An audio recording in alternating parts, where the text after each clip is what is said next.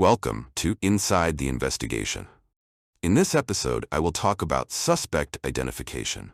I would ask that you support our podcast series by clicking subscribe.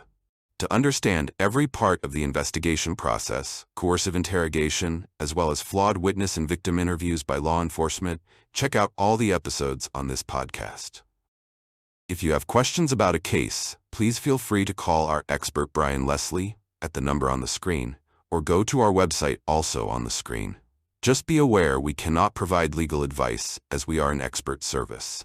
Suspect identification can be influenced by various factors, and it is critical to evaluate the process to ensure accuracy and prevent wrongful identification. Influence of dominant witnesses is a significant concern. In multi-witness scenarios, dominant witnesses may sway passive ones, leading them to adopt details they did not personally observe, such as suspect descriptions or the presence of a weapon.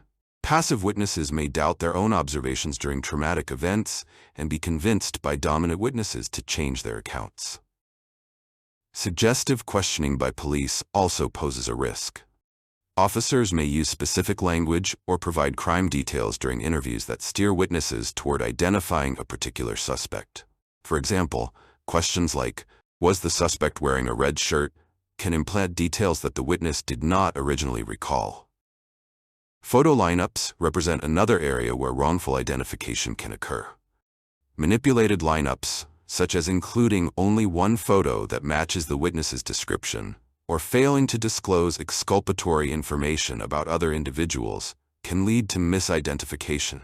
Properly conducted lineups should include multiple photos of individuals with similar characteristics and avoid highlighting one suspect.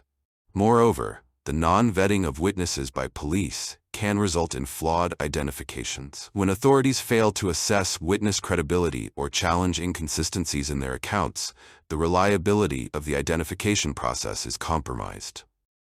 Privileged information sharing, where details about the suspect's criminal background or other elements of the crime are disclosed, can bias witnesses toward identifying the suspect. Trauma and memory issues further complicate the identification process. Witnesses may struggle to recall details accurately due to the trauma of the event, making them more susceptible to suggestion or influence. Environmental factors like lighting, distance, and the duration of the event can impact a witness's ability to accurately identify a suspect. Recorded interviews, through video or audio, can help assess whether the identification process was conducted fairly and without coercion. Consistency in the witness's identification should be compared with other evidence, such as physical evidence or other witness accounts, to ensure reliability. The chain of custody of any evidence used in suspect identification, such as photos and videos, must be handled properly to ensure it has not been tampered with. By carefully evaluating these factors, suspect identification can be assessed for accuracy, reducing the risk of wrongful targeting and ensuring the integrity of the investigation. We would also ask you to share this podcast episode with others.